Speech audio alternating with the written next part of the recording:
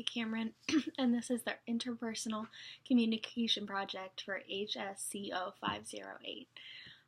So, what I plan to discuss during this video is my overarching goal and the importance of enlarging my communication, the connection between my background and my behavior blend, barriers in communication that I've discovered, solutions that aid in helping those barriers, and an active plan that will make my goal become a reality. So, my overarching goal is to communicate with those around me in a way that lifts them up and encourages, while at the same time being vulnerable and honest. I want to listen well and to speak in a way that glorifies God. So a little bit about me. I'm 22 years old and I'm from New York, but I'm currently living in Lynchburg, Virginia. I'm working as a resident assistant at Liberty University, which is why I'm in a dorm and it's a little messy right now. But I got my bachelor's degree last year in 2016 in psychology, counseling, and human development. And right now I'm currently getting my master's degree in human services counseling with a cognate in marriage and family. So what is interpersonal communication? So Stewart defines it as the type or kind of communication that happens when people involved talk and listen in ways that maximize the presence of the personal. And so throughout our days, we have conversations and interactions with people that are impersonal. And we don't mean to make it that way. It just kind of is. And so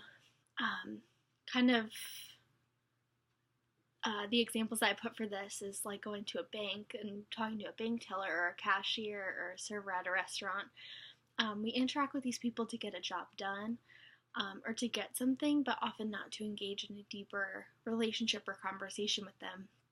Impersonal conversation can also happen with people that we do know. When I think about this, I think about walking on my college campus and seeing someone that is either on my hall that I'm not very close with or just an acquaintance, and I always just say, hey, how are you? And they say good, and we just kind of leave it at that. And so we can avoid interpersonal communication with people that we do know.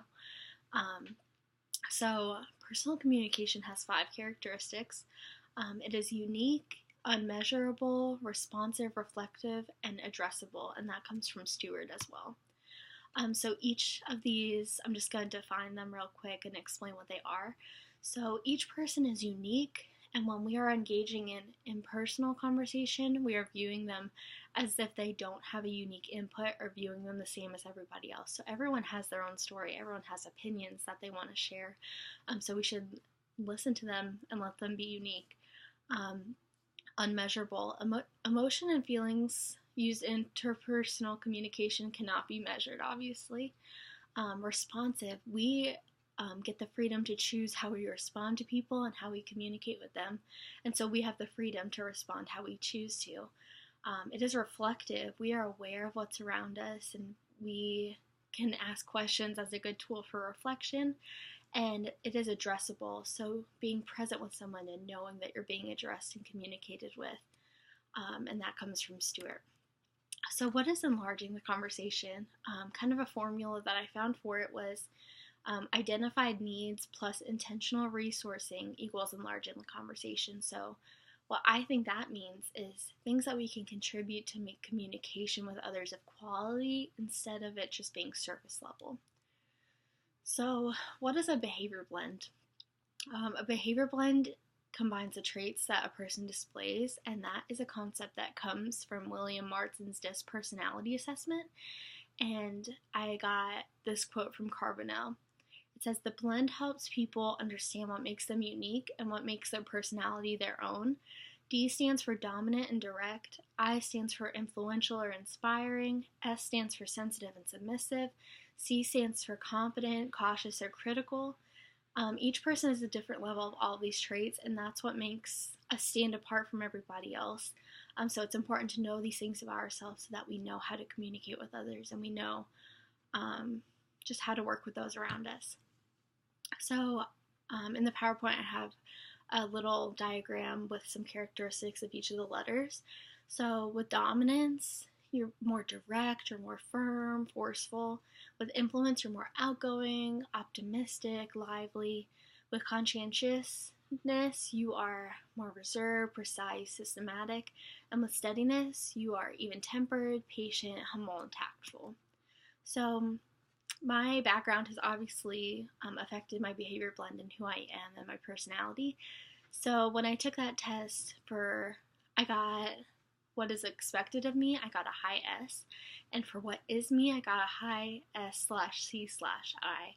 So as a child, I was taught to be patient, reserved, conscientious, and positive, but I was never put in a leadership position to kind of learn the traits that a leader possesses and how they communicate with others.